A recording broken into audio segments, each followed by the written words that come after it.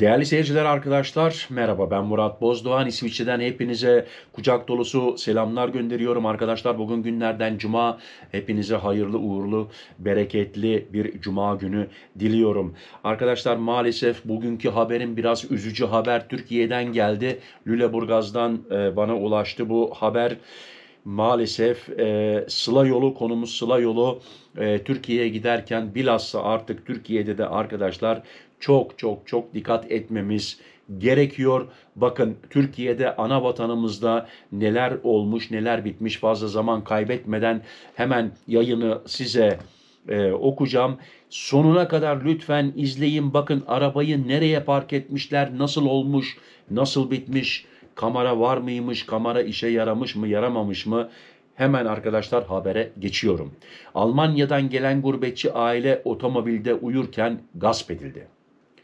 Almanya'dan Türkiye'ye tatil için gelen Bayram ailesi, Lüleburgaz'da bir tesise ait otoparkta verdikleri molada uyudukları sırada gaspçıların kurbanı oldu. Almanya'nın Hannover şehrinden İstanbul'a tatil için gelen gurbetçi aile, dinlenmek için mola verdikleri Lüleburgaz'da gasp edildi. Ailenin uyuduğu sırada otomobilin camını kıran saldırgan, içerisindeki yaklaşık 10.000 euro değerinde para ve değerli eşya bulunan Fatma Bayram'a ait çantayı çalarak kaçtı. Olay 1 Temmuz Pazartesi günü gece saat 2.30 sıralarında Kırklareli'nin Lüleburgaz ilçesinde meydana geldi. İddiaya göre Yusuf Bayram, eşi Fatma Bayram ve 3 çocuğu ile birlikte hem yaz tatillerini geçirmek hem de sağlık kontrollerini yaptırmak için Almanya'nın Hannover şehrinden İstanbul'a gelmek üzere yola çıktı. 22 saatlik yolculuğun ardından sınır kapısını geçen aile Lüleburgaz'da bir tesise ait otoparkta mola verdi.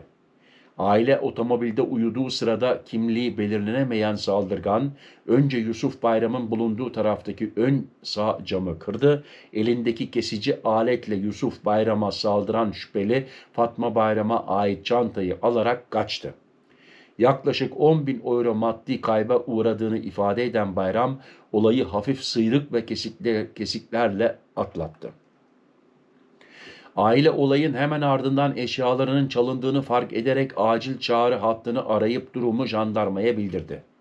Olay yerine gelen ekipler camın buji parçası ile kırıldığını, ön iki lastiğin de kesici bir aletle patlatılmış olduğunu tespit etti. Şok içerisindeydim. Çantanın çalındığını sonradan fark ettim. Uyuduğu sırada gaspa uğrayan Yusuf Bayram, Almanya'dan yola çıktım. Cumartesi günü farklı ülkelerden geçerken yolda tedirginken başıma böyle bir şey geleceğini kestiremezdim, kestiremedim de. Ne zaman ki Türkiye'ye girdim, Edirne Gümrük Kapısı'ndan Kırklareli istikametinde İstanbul'a doğru seyir halindeyken güvenli gördüğüm bir dinlenme tesisine girdim. Yol hali, araçta çocuklarım var. Benim de dinlenmem gerekiyordu. Onların da can güvenliğini sağlamam gerekiyordu. Keşif yapmışlar açıkçası. Ön lastikleri patlatmışlar. Akabinde buji parçasıyla aracımın camını kırıp elinden bıçağıyla beraber camdan içeri canıma kastederek bizi gasp ettiler. Sol dirseğiyle camdan içeri direkt göğsüme bastırarak koltuktan hareket etmemi engelledi. Sağ elinde de bıçak, fark etmedim, dizlerimde sağ ayağımın altında eşimin çantasını alıp gitti. Bunu da daha sonra fark ettik. Uyku esnasında olduğum için darptan sonra şok içerisindeydim. Ne yapacağımı tamamen karıştırdım. Şok içerisindeydim. Akabinde tabii çocukları kontrol ettim, dedi. 8 ile 10.000 euro civarında maddi kayıp var. Bayram, işin kötüsü, jandarma mıntıkası 45 dakika sonra geldi. Bayağı uzun bir süre bekledim. Yardımcı olan vatandaşlar da bir yerden sonra gitmek, seyir haline geçmek zorunda kaldılar. Ne ambulans geldi, ne sağlık problemimi soran oldu. Darptan sonra hastaneye rapora bile gidemedim ben. Apar topar karakola gidip ifademizi verdik. Çalınan çantada tabii ki belirli bir miktar nakit para. Yakın zamanda eşimin annesi kaybetti. Ondan kalan değerli eşyalar, yine cüzdanın içinden çocuklarının sağlık kartları, eşimin kimlik ehliyetleri, mavi kartları, eşimin Türk ve Alman uyruklu olduğu için Türkiye adına mavi kartlarım ve şu an aklıma gelmeyen birçok evraklarım ve değerli eşyalarım çantanın içerisinde olduğu için hepsi gitti. 8 ile 10 bin euro civarında maddi kayıp var şeklinde konuştu. Bir hevesle ana yurda geldik, canımıza malımıza kastettiler. Fatma Bayram ise gurbetten memlekete geliyorsun bir hızla, bir sevgiyle, bir mutlulukla, yıllardan beridir söylenen bir söylem vardı. Sakın Bulgaristan'da durmayın. Oradan gece geçmemeye özen gösterin. Gündüz geçin diye. Biz de tabii ki öyle yapmaya çalıştık. Mümkün olduğu kadar fazla durmadık. Yaklaşık 22-23 saatte Edirne'ye ulaştık. Edirne kapısından içeri girdik. Bir hevesle geliyorsun ana yurduna, geldikten sonra oh rahatladım deyip dinlenmek istiyorsun. Canına malına gasp ediyorlar.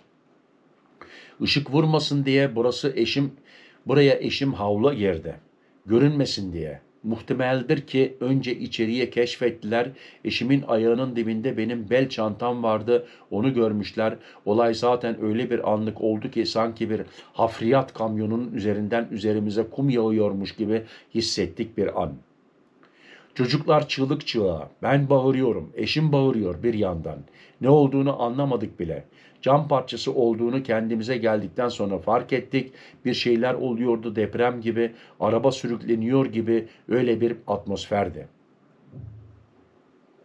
Kendime geldiğimde birinin arabaya bindiğini gördüm. Kendi araçlarına ve hızla uzaklaştıklarını gördüm. Hemen arabadan indim. Eşim zaten çok kötüydü. Hemen çantalarımızı kontrol ettik. Benim çantamın gittiğini gördüm. Tam eşimin ayağının arasındaydı. Rengi de açıktı. Karanlıkta daha iyi tespit edilmiş muhtemelen ifadelerini kullandı. Diğer gurbetçiler de aynı durumu yaşıyormuş. Bayram orada da durum normalmiş, herkesin başına geliyormuş, 2 aydır orada olmuyormuş, ilk defa bizim başımıza gelmiş. Öyle bir noktaya denk gelmiş ki araç ölü noktada, kameranın çekmediği yerde. Kamera çekiyor ama içerinin kirişi kameranın önüne denk geliyor. Arabada kirişin arkasına denk gelmiş, diğer aracın plakası yoktu, camları filmliydi diye konuştu. Evet arkadaşlar duydunuz, çok kötü bir olay oldu. Bir aile daha gasp edildi. Maalesef Türkiye'mizde gasp edildi. İşin şimdi en kötü tarafı arkadaşlar çantanın içinde sırf nakit para değil öbür kimlikler, ehliyet, duydunuz, önemli evraklar hepsi çantanın içindeymiş.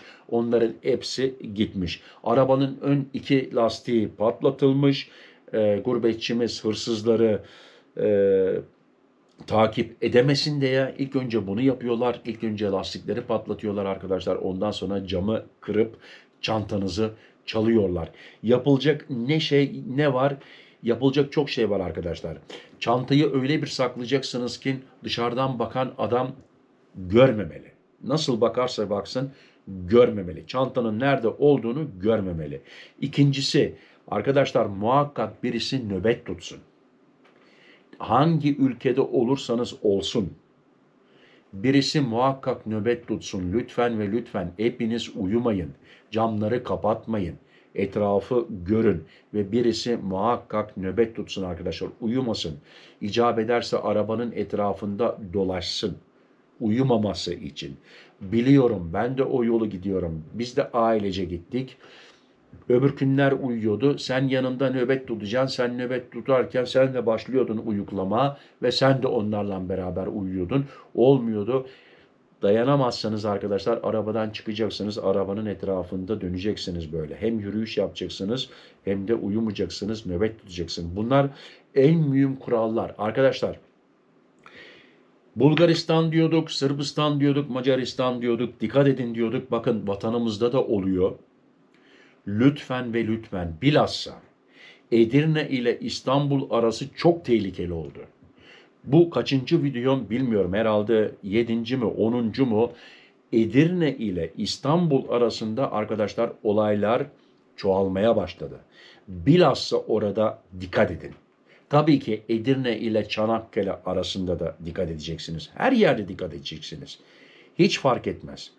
Ama bilhassa Edirne ile İstanbul arası %100 tehlike değil, %200 tehlikeli oldu. Orada çok çok çok dikkat edin.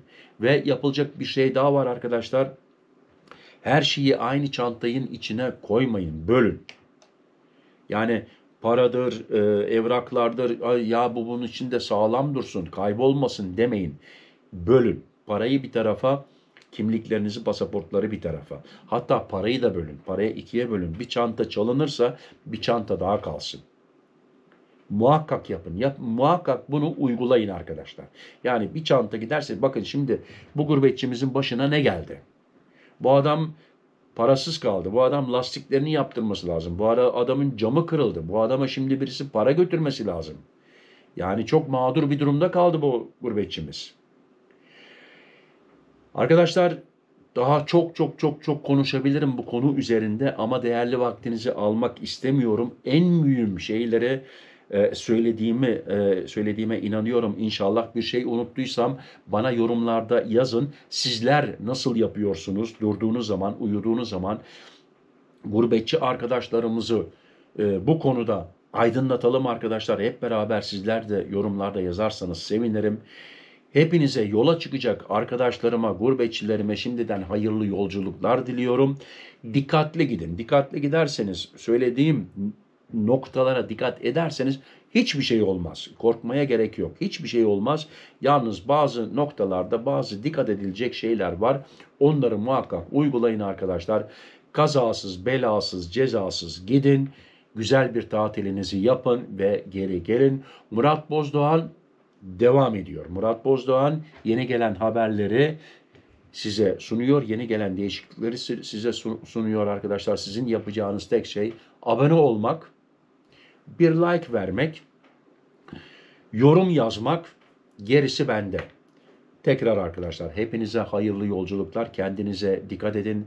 Sağlığınıza dikkat edin. Sağlıklı kalın. Benimle kalın. Hoşça kalın. Murat.